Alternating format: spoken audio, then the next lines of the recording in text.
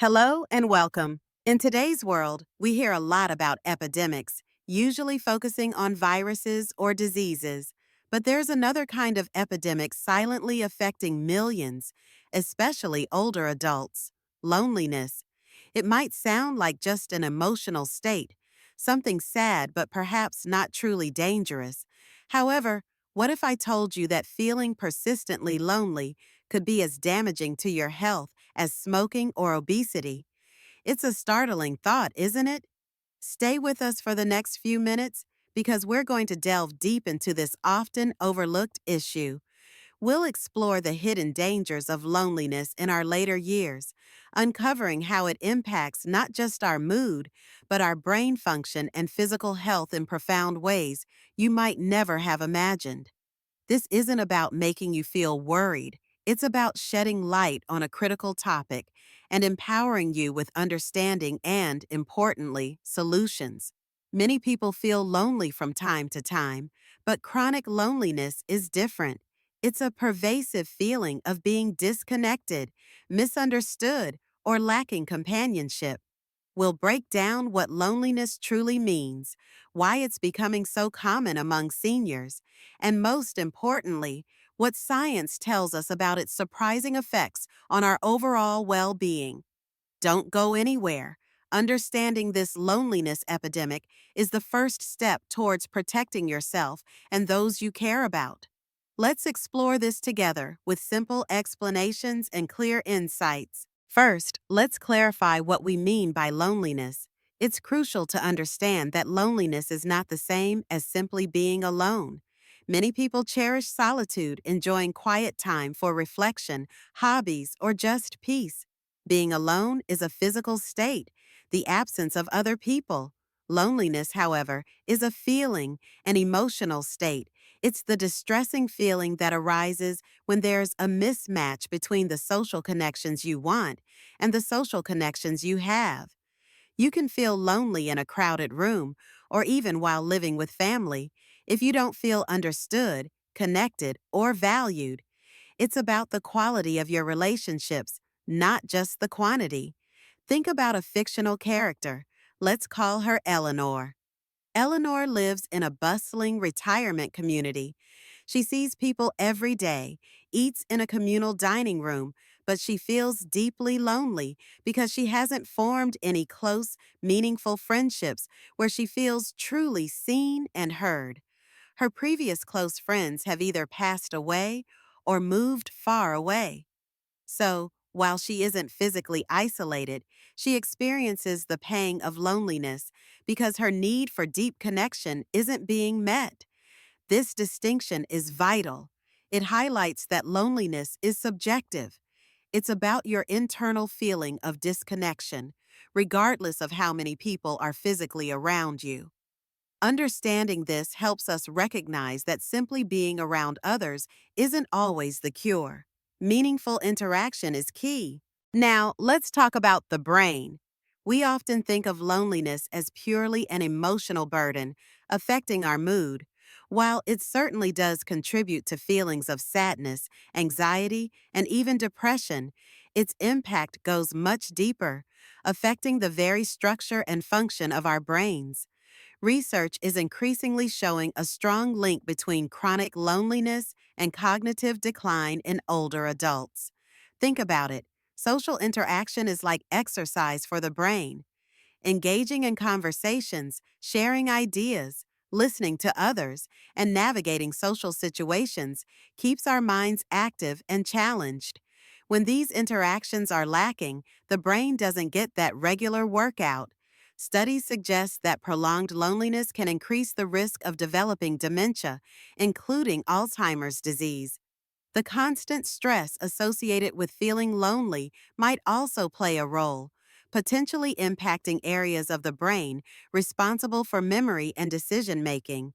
Furthermore, lonely individuals may experience poorer sleep quality, and we know that good sleep is essential for brain health, memory consolidation, and clearing out harmful toxins. It's a concerning cycle.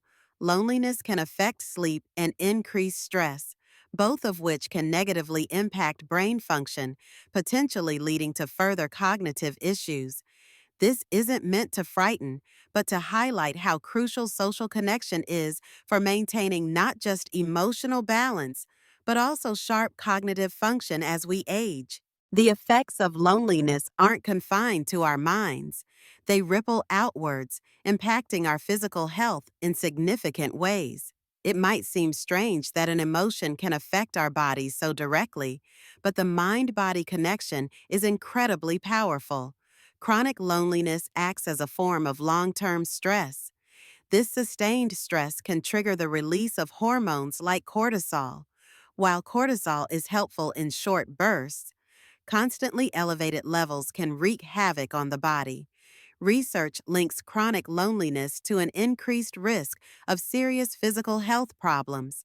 For instance, studies show a higher likelihood of developing heart disease, including heart attacks and strokes, among lonely individuals. Why? Elevated stress hormones can contribute to higher blood pressure and inflammation throughout the body, both major risk factors for cardiovascular issues. Loneliness has also been linked to a weakened immune system, making individuals more susceptible to infections and illnesses. Think about it. When you feel disconnected and stressed, your body's defense mechanisms may not function optimally. Furthermore, sleep problems, often associated with loneliness, can disrupt various bodily processes, impacting everything from metabolism to immune response. It paints a clear picture. Feeling chronically lonely isn't just emotionally painful. It creates a state of physiological stress that can wear down the body over time, increasing vulnerability to a range of physical ailments. Why does loneliness seem to hit harder or become more prevalent in our later years? Several life changes common in older adulthood can increase the risk. Retirement, while often looked forward to, can mean the loss of daily social interaction with colleagues and a disruption of established routines, potentially leading to feelings of isolation. The loss of a spouse or close friends is another major factor. Grieving these losses can be incredibly isolating, and rebuilding a social network takes time and effort. Physical health challenges and reduced mobility can also play a significant role. If getting out and about becomes difficult due to health issues, opportunities for social engagement naturally decrease. Relying on others for transportation or assistance can sometimes feel like a burden, further discouraging social activity. Children often grow up, move away for work or family reasons, leading to geographic distance that makes frequent visits challenging. Hearing or vision loss can make communication more difficult, sometimes leading individuals to withdraw from social situations out of frustration or embarrassment. Even changes in neighborhood dynamics or moving to a new environment can disrupt long-standing social ties. It's often a combination of these factors, creating a situation where maintaining meaningful connections requires more conscious effort than it might have earlier in life. Recognizing these potential triggers is important for both seniors and their support networks. Since loneliness is an internal feeling, how can we recognize it in ourselves or in others? Sometimes the signs are subtle, easily mistaken for something else. In oneself, chronic loneliness might manifest as persistent sadness or emptiness, a lack of motivation or energy, or feeling misunderstood even when with others. You might find yourself withdrawing from social activities you used to enjoy, experiencing changes in appetite, eating much more or much less, or having trouble sleeping, insomnia, or sleeping too much. There might be an increased tendency towards negative thinking or feeling hopeless about the future. Recognizing these signs in others requires careful observation and empathy. Look for changes in behavior. Has a usually sociable friend or family member become withdrawn and quiet? Are they neglecting their personal appearance or household chores more than usual? Do they frequently complain of vague physical ailments like headaches or fatigue? Perhaps they express feelings of being a burden or seem overly pessimistic. They might frequently talk about the past or express a lack of interest in current events or future plans. It's important not to jump to conclusions, as these signs can indicate other issues too, like depression or physical illness. However, if you notice a pattern of these behaviors, it's worth considering if loneliness might be a contributing factor and gently reaching out to offer support or simply a listening ear. The good news is that loneliness is not an irreversible sentence. There are many practical steps individuals can take to foster connection and combat feelings of isolation. Proactively seeking out social opportunities is key. This could mean joining clubs or groups centered around hobbies, book clubs, gardening groups, walking clubs, card games. Senior centers often offer a wide range of activities and classes specifically designed for older adults. Volunteering for a cause you care about is another excellent way to meet like minded people and gain a sense of purpose. Consider reconnecting with old friends or distant family members through phone calls, letters, or emails. Technology, while sometimes intimidating, can be a powerful tool. Learning to use video calls or social media can help bridge geographical distances. Don't underestimate the power of small, everyday interactions. Chatting with neighbors, librarians, or cashiers can make a difference.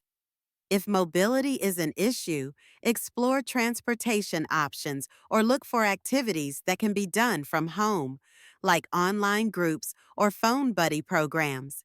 Importantly, don't be afraid to reach out and express your feelings to someone you trust, whether it's a family member, friend, or faith leader. If feelings of loneliness are overwhelming or persistent, seeking support from a mental health professional, like a counselor or therapist, can provide valuable coping strategies and a safe space to talk. Taking that first step, however small, is crucial. So, we've journeyed through the often unseen landscape of loneliness in later life. We've learned it's far more than just a fleeting sadness. It's a serious condition with profound impacts on both brain health, increasing risks like cognitive decline, and physical health, contributing to issues like heart disease and weakened immunity. We explored why seniors might be more vulnerable due to life changes and how to recognize the subtle signs in ourselves and others. But most importantly, we discovered that loneliness doesn't have to be a permanent state. There are concrete, actionable strategies, from joining groups and volunteering to embracing technology and simply reaching out, that can help rebuild connections and foster a sense of belonging. The key takeaway is this: social connection is not a luxury, it's essential for our well being, just like diet and exercise. Prioritizing relationships and meaningful interactions is an investment in your overall health. If this video resonated with you or gave you food for thought, please give it a thumbs up. It helps spread awareness. We encourage you to share this video with anyone you think might benefit, especially older adults or those who care for them. Consider subscribing for more insights into healthy aging. And now, we genuinely want to hear from you. What helps you feel connected? Share your thoughts, tips, or experiences in the comments below. Let's support each other in combating this loneliness epidemic. Thank you for watching. Stay connected and take care.